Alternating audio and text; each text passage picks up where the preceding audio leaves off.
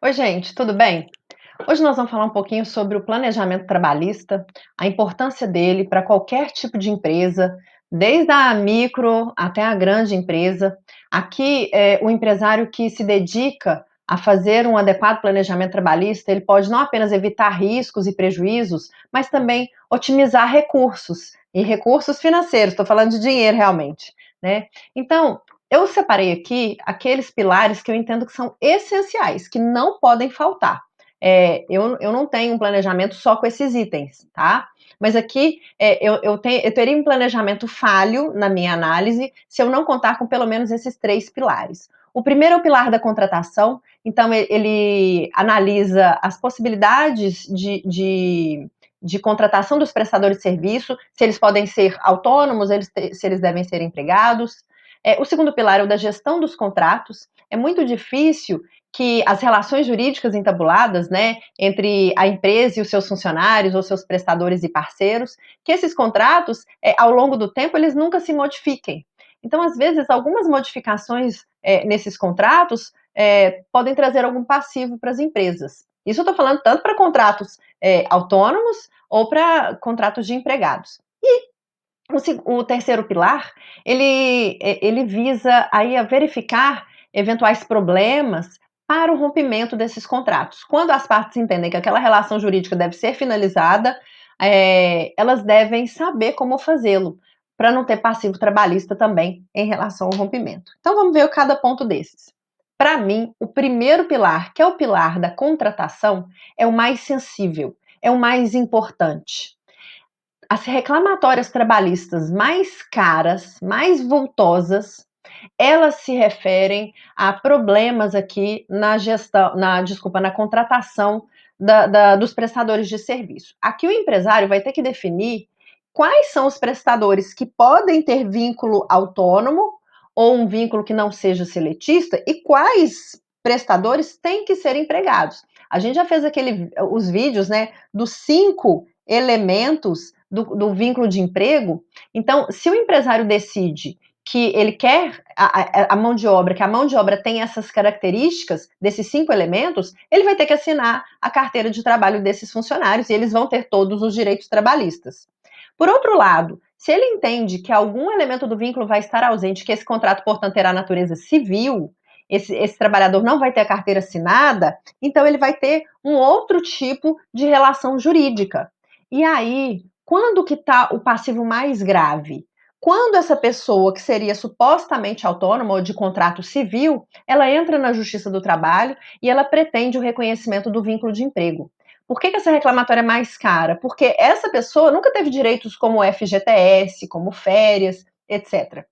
Então, vários dos direitos trabalhistas que são reconhecidos a empregados apenas vão passar a ser reconhecidos para esse que era autônomo. Então, quando a empresa ela consegue fazer um bom planejamento trabalhista desde o seu início, desde o início das suas atividades, ou durante o curso, né, a cada novo prestador, ela deve contar com uma assessoria ou do seu advogado, do seu contador, para saber esse novo contratado, ele tem que ser CLT ou ele pode ser PJ? Então, para mim, esse é um ponto mais sensível do planejamento trabalhista. E aí, o planejamento trabalhista vai ajudar o empresário a definir justamente isso. Se há oportunidade para ser um vínculo civil, às vezes menos oneroso, ou não necessariamente, tudo depende, né, do caso concreto, mas se aquele vínculo tem que ser seletista, tá? Aqui é o ponto mais sensível, portanto.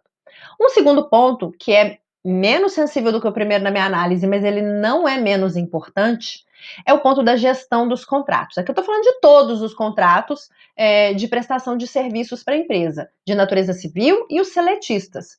Por quê? Como eu disse no início do vídeo, é muito difícil que esses contratos, se eles são de longa duração, ainda que tenham um prazo determinado, mas ao longo do tempo, lá 6 meses, um ano, as partes podem sentir necessidade de fazer algumas alterações. E a depender das alterações que são feitas, essas alterações podem trazer passivo trabalhista. Vamos pensar em empregado, por exemplo. Se eu estou pensando na gestão de contrato de empregado, a empresa decide dar um benefício àquele trabalhador. Ela não quer aumentar o salário, mas ela quer dar um benefício. Ela precisa de uma gestão daqueles recursos de uma orientação jurídica, porque a depender de como ela der esse benefício pode ter a natureza salarial, e aí vir a refletir em INSS, FGTS, férias, 13º, ou seja, no tal do custo trabalho. Por outro lado, se ela tiver uma boa orientação, aquele benefício pode ser concedido, ainda mais agora depois da reforma trabalhista, sem esses encargos. Mas ela deve saber como fazer isso, ela deve ter orientação de como fazer isso, justamente para não ter passivo, de dar um benefício suprimindo essas incidências previdenciárias, tributárias, etc. E aí depois o trabalhador entra na Justiça do Trabalho e tem o reconhecimento, por exemplo, da natureza salarial daquele benefício. Então, aqui, se eu vou tratar de jornada de trabalho, então, para mim, a segunda reclamatória mais cara é aquela que se relaciona a horas extras. Então, saber fazer um bom uso de banco de horas, de gestão de jornada, de benefícios, de pagamento, e aí também de medicina e segurança do trabalho. As matérias relacionadas à medicina e segurança do trabalho não se restringem apenas a empregados, gente. Esse tema também afeta contratos civis. Se você tem um prestador autônomo, mas que ele frequenta o seu ambiente empresarial, o seu ambiente empresarial tem que ser seguro, tanto para empregados seletistas quanto para prestadores que têm um contrato de natureza civil. Então, problemas nessas áreas de gestão dos contratos também podem trazer passivos importantes para a empresa. E, como eu disse, podem trazer também melhoria de custos, otimização da folha, redução, eventualmente, né, de encargos. Então, a empresa pode contar aí com profissionais para ajudá-lo nesse pilar do planejamento. E aí, o último pilar essencial é o do rompimento dos contratos. Aqui também empresas podem adquirir passivo trabalhista, seja no contrato civil, seja no contrato de empregados, porque o rompimento, se as partes não analisarem bem as cláusulas contratuais e implementarem um rompimento em desacordo com o contrato ou com a lei, se a gente estiver falando de contratos regulamentados por lei, tal como o seletista, tal como de um representante comercial, por exemplo, a depender de como for feita aquela ruptura contratual, a empresa também adquire passivo. Então, ela tem que ter um profissional que vai analisar as possibilidades de rompimento e os cuidados que o empresário tem ao romper os contratos, tanto os de natureza civil quanto os de vínculo de emprego. Agora, com os de vínculo de emprego, a depender da modalidade da ruptura, se a gente estiver, por exemplo, falando de uma justa causa, a CLT tem um rol taxativo de modalidades, de tipos para esse tipo de rompimento, para rompimento por justa causa.